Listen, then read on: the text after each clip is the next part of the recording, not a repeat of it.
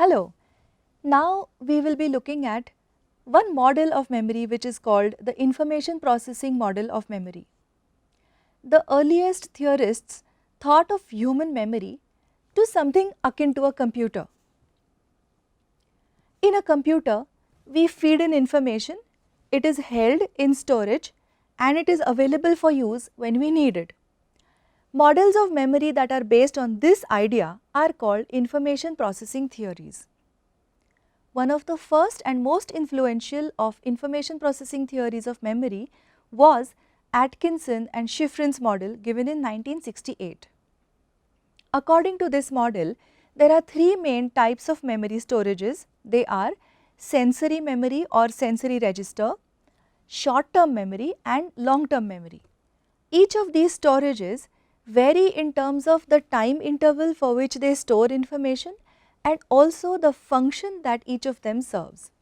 The sensory memory is the first storage system where information coming from the environment is just registered very briefly and the person has not really made sense of it. In other words, it is non-meaningful material that has just reached the senses. This information is stored for hardly a second.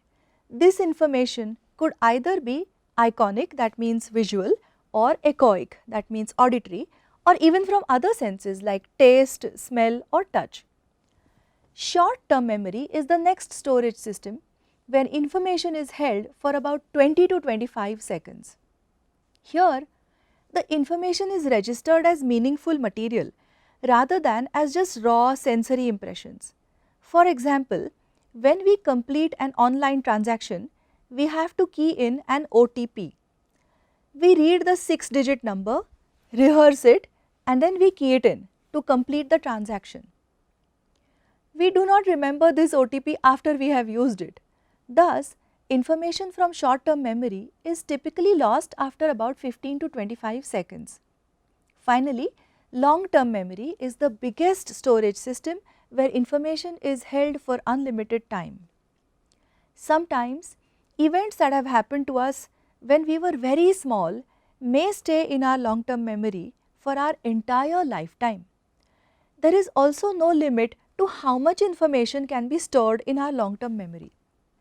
According to this information processing model, if the information that enters the short-term memory storage is rehearsed elaboratively, then it is transferred to the long-term memory storage where it can be retained indefinitely. Of course, it may sometimes be difficult to retrieve information from long-term memory if it has not been used for a long time. We will be discussing each of these storages separately, although in reality they all function together in our everyday experience. Let us take a little pause here and revise what we have learnt.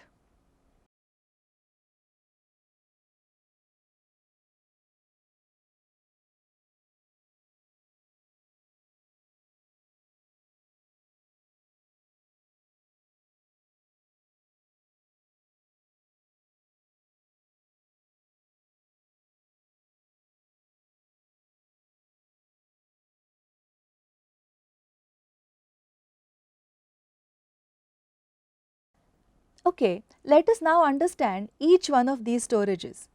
The first one is sensory memory. If you are traveling in a car at fairly high speed, you may not be able to read road signs because before you can read them or make sense of them, you have passed them by. You see the sign briefly, but it does not register as a meaningful word because it has flashed on your eyes for a fraction of a second.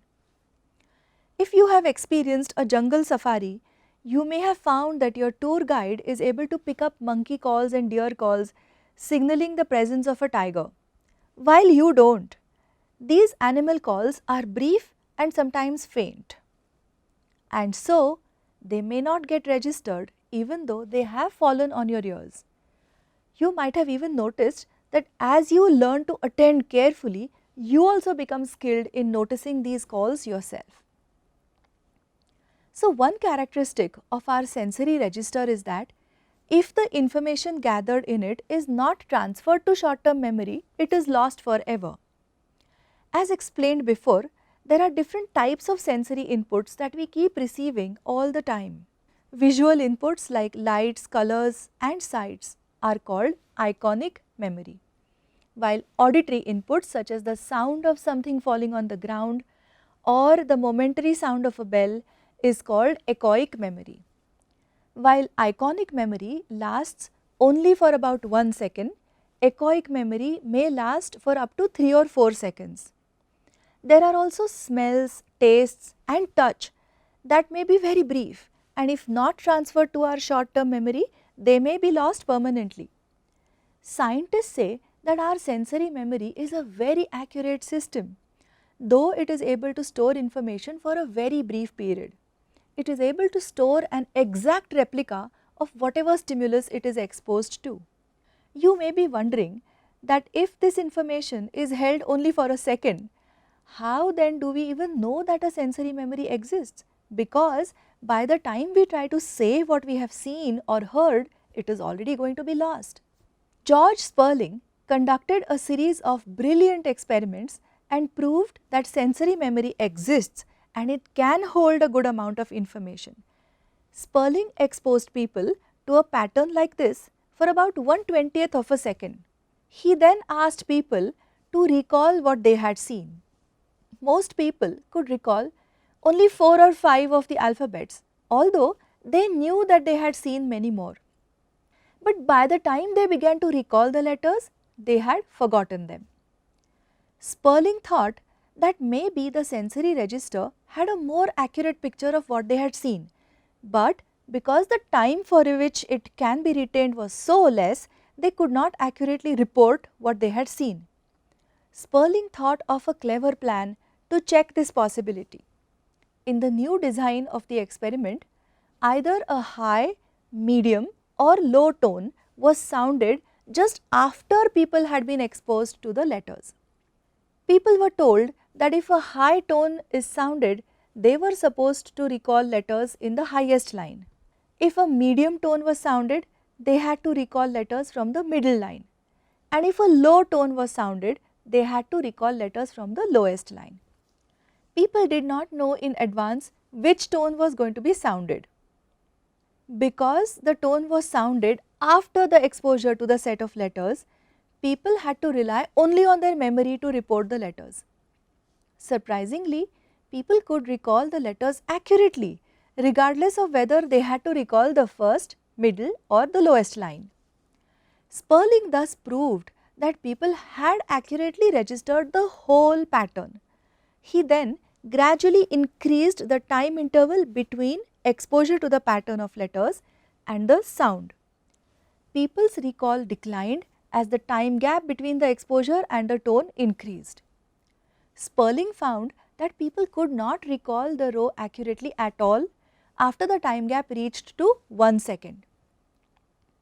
He thus concluded that the visual image was held in the sensory register for less than 1 second.